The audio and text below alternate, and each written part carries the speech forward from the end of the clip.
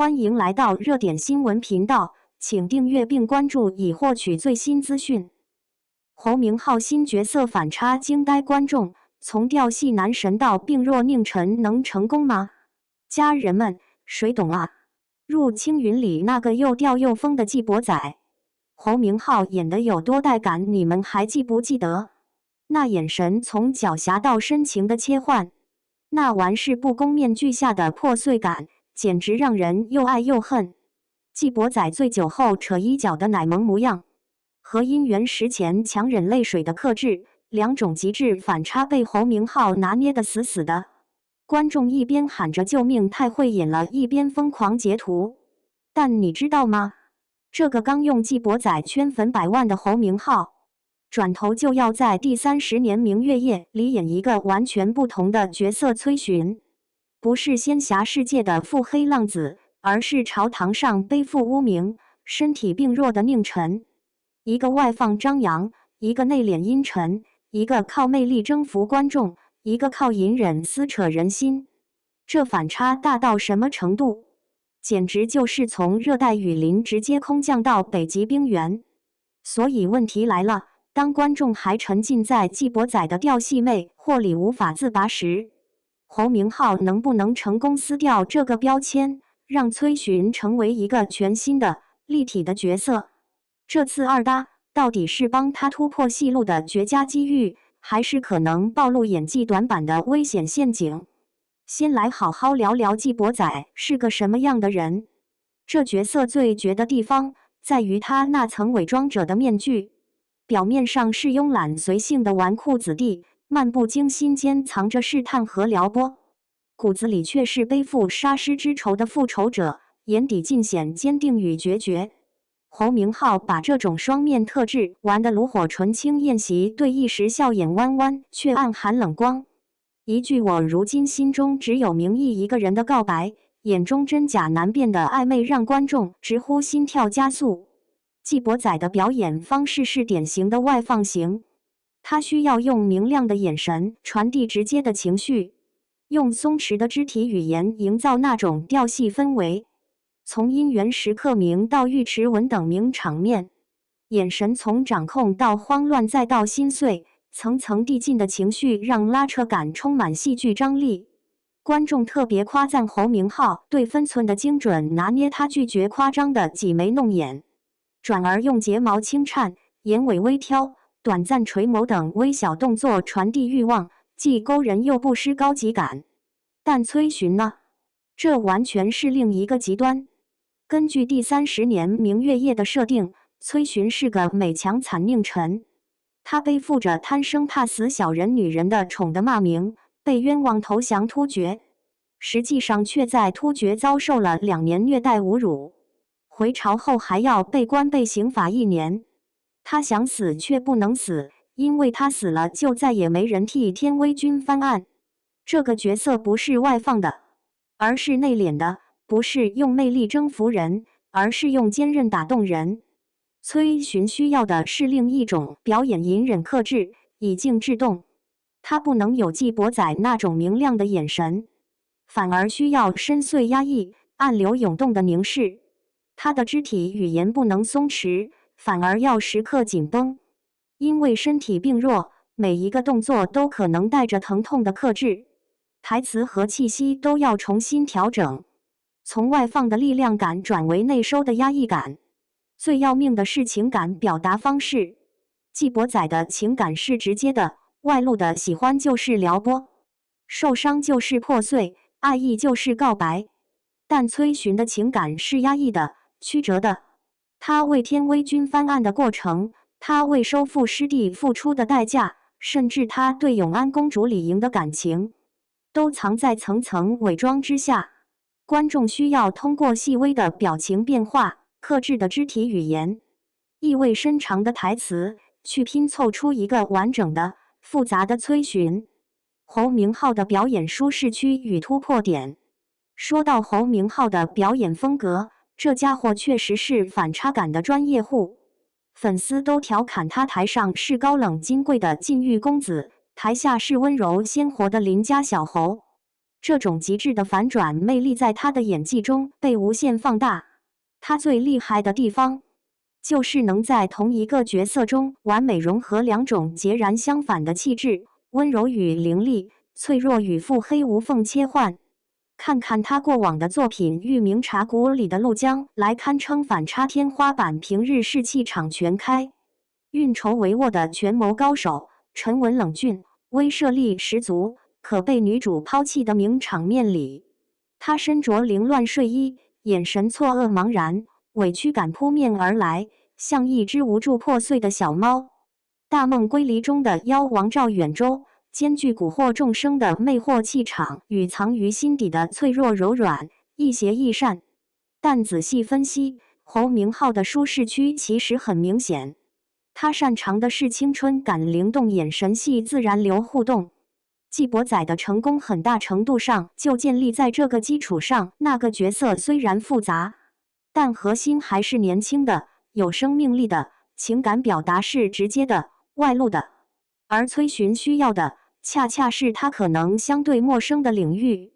首先是眼神戏的彻底转型。纪伯载的眼神是明亮狡黠的，像阳光下的溪流，清澈见底又波光粼粼。他通过眼神传递的是直接的情绪，喜欢、试探、受伤、爱意。但崔寻的眼神需要是深邃压抑的，像深不见底的古井，表面平静，内里暗流汹涌。他不能直接表达情绪，反而要隐藏情绪。观众需要通过他眼神的细微变化去猜测他内心的波澜。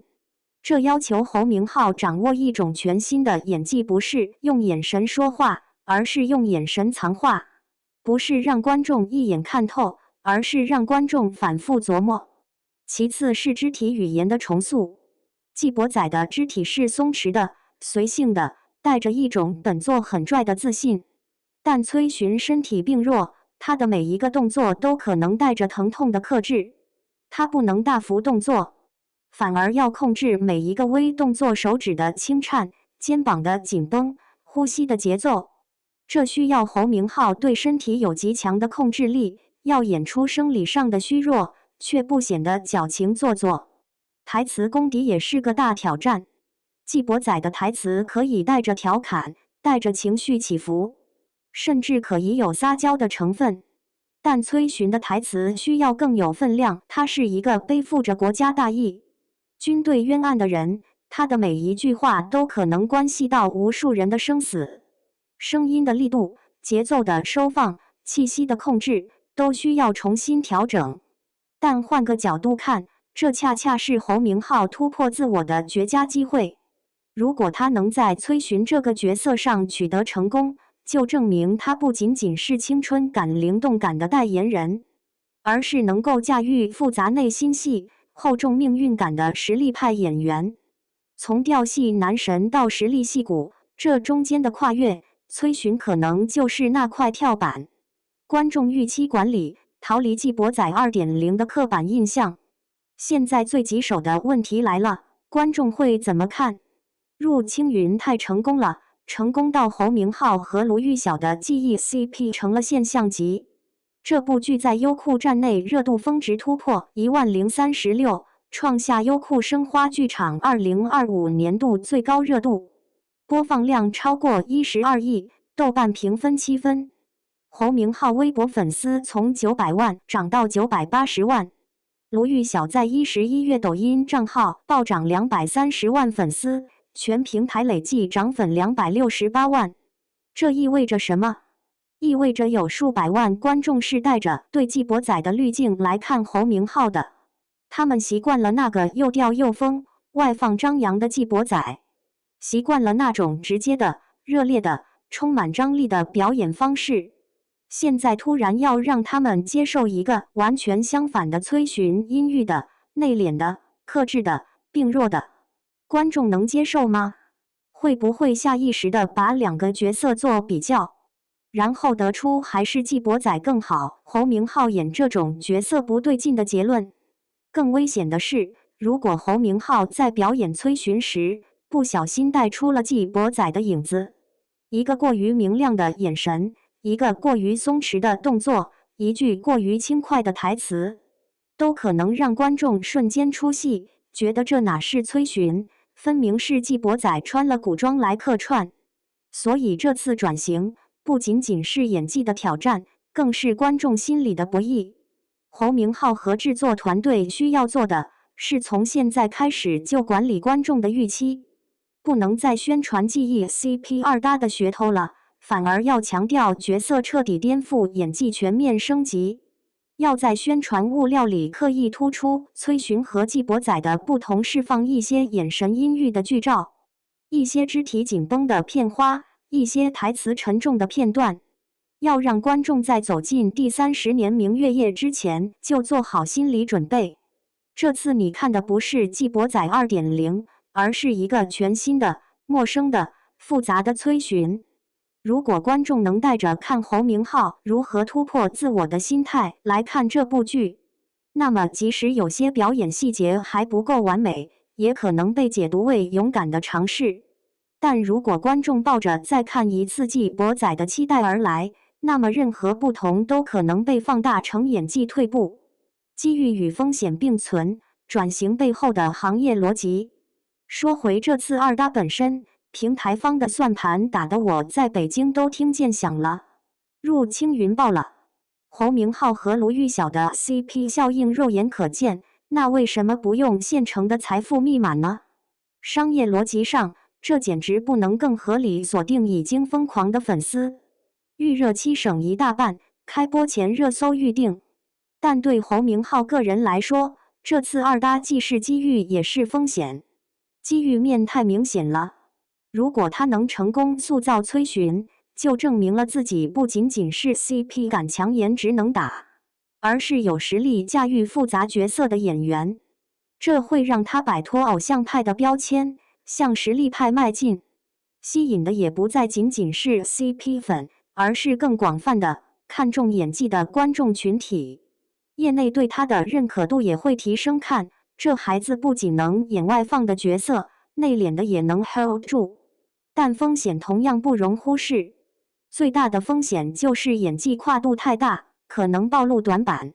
侯明昊确实擅长反差感，但那种反差更多是在同一角色的不同面之间切换，比如季博仔的腹黑与纯情，陆将来的强势与脆弱。但这次是从一个角色类型切换到另一个完全不同的角色类型，是从表演方法论上就要重构的挑战。如果转型不及预期，会怎样？观众可能会说，果然还是只能演季博仔那种角色，演深沉的就不行了。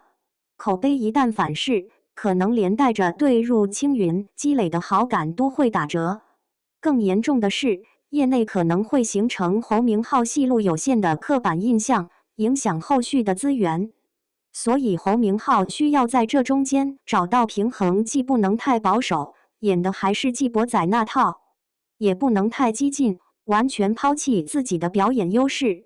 他需要在崔巡这个角色里找到属于自己的诠释方式，不是简单的演一个病弱佞臣，而是侯明昊理解的演绎的崔巡。这需要他对角色有极其深入的理解，需要他在表演时完全沉浸，需要他和导演、对手演员有充分的沟通和磨合。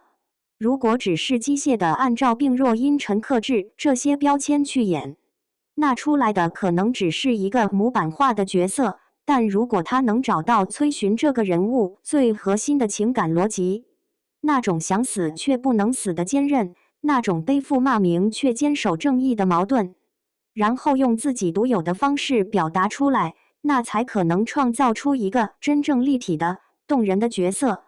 侯明昊的表演可能性预测，季博仔和崔巡代表了侯明昊表演生涯中可能的两条路径。一条是外放型魅力路线，靠颜值、靠灵动、靠直接的感染力征服观众。这条路线相对安全，市场验证过，粉丝也买账。